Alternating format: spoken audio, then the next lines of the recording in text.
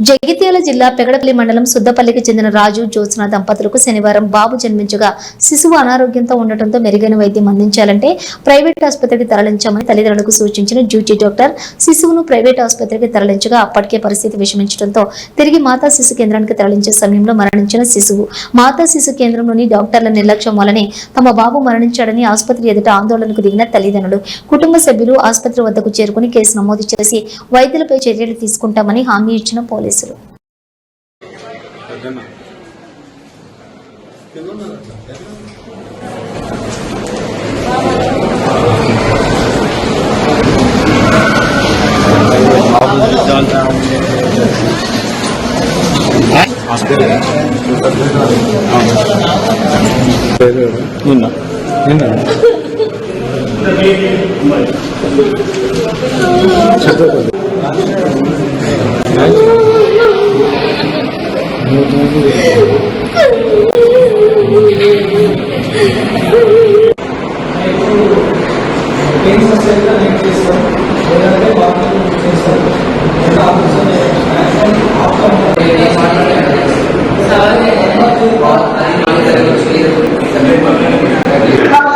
నా పేరు రాజు, మా భార్య పేరు జ్యోత్స్న. సుద్దపల్లి గ్రామం మాది, మండలం పేడపల్లి, జిల్లా జగిత్యాల. శుక్రవారం నైట్ మాతా శిశు హాస్పిటల్కి రావడం జరిగింది డెలివరీ కోసం. 10:52 డెలివరీ జరగడం జరిగింది. బాబు మగ పిల్లలు బాబు పుట్టడం జరిగింది.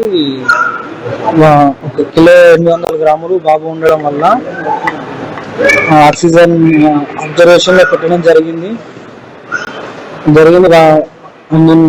నిన్న బాబు ఈరోజు అడగనికి పోతే Sai Kumar sir doctor breathing అందుతలేదు, అట్లనే ఉంది, పుట్టిన బాబు ఎట్లున్నా ఇప్పుడు అట్లనే ఉంది, వేరే హాస్పిటల్ పోవాలని తరలించాలని చెప్పింది.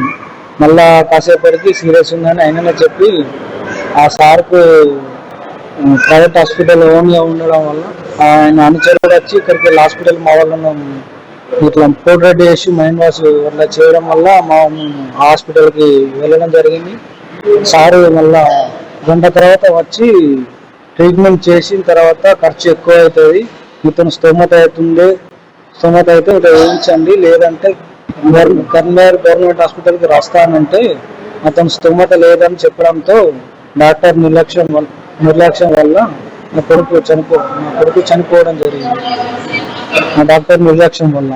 అదే ఆయన కొడుకుకు ఆయన బిడ్డకి ఏమన్నా ఇదే ఇట్లా నిర్లక్ష్యం చేస్తాడు ట్రీట్మెంట్, అసొంటి డాక్టర్కి ఉద్యోగం ఇవ్వకూడదని గవర్నమెంట్ హాస్పిటల్లో కోరుకుంటున్నాను.